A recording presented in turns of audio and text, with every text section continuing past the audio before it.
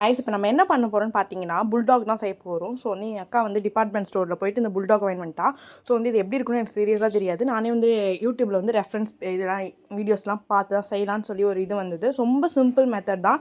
ஒருமே இல்லை, ஒரு 3 method. Sausage எல்லாமே பேக்கெட்டில் இருக்கும். கொஞ்சம் நூடுல்ஸ் வந்து ரொம்ப திக்காக இருந்தது. ஸோ வந்து அதில் வந்து 2 பேக்கெட்ஸ் தருவாங்க. ஒன்று வந்து ரொம்ப ஸ்பைசி, எக்ஸ்ட்ரீம் ஸ்பைசி இருக்குது ரெட் கலரு. அப்புறம் வந்து இந்த பிங்க், லைட் பிங்க் மாதிரி இருக்குல்ல, அது வந்து இது சீஸ் பவுடர் மாதிரி இருந்தது. அது எப்படின்னா நம்ம ஊர் ஸ்டைலில் சொல்ல போனால் இட்லி தூள் மாதிரி இருந்தது. ஸோ வந்து ரொம்ப ரொம்ப ரொம்ப ஸ்பைஸியாக இருந்தது. ஸோ வந்து அதை பாயில் பண்ணி எடுத்தோடனே இந்த மாதிரி தான் இருந்தது. அது கொஞ்சம் ரொம்ப லேட்டாக ஆச்சு. நம்ம மேகினா வந்து 2 மினிட்ஸ் ஆகும், இது ரொம்ப டிலேவே ஆச்சு. ஸோ வந்து ஸ்பைசி வந்து ஒயிட் கலர் ஸ்பைசி வந்து இப்படி தான் இருந்தது. இதுதான் இட்லி தூள் மாதிரி இருந்ததுன்னு சொன்னேன்.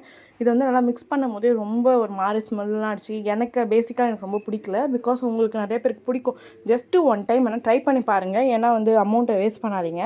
ஸோ இதுவே வந்து லோக்கல் ஷாப்பில் வந்து 290 ருபீஸ். ஸோ அதனால தான் சொல்கிறேன். ஸோ வந்து அது ரெட் கலர் சாஸ்லாம் வந்து செம்ம டேஸ்ட். இப்போ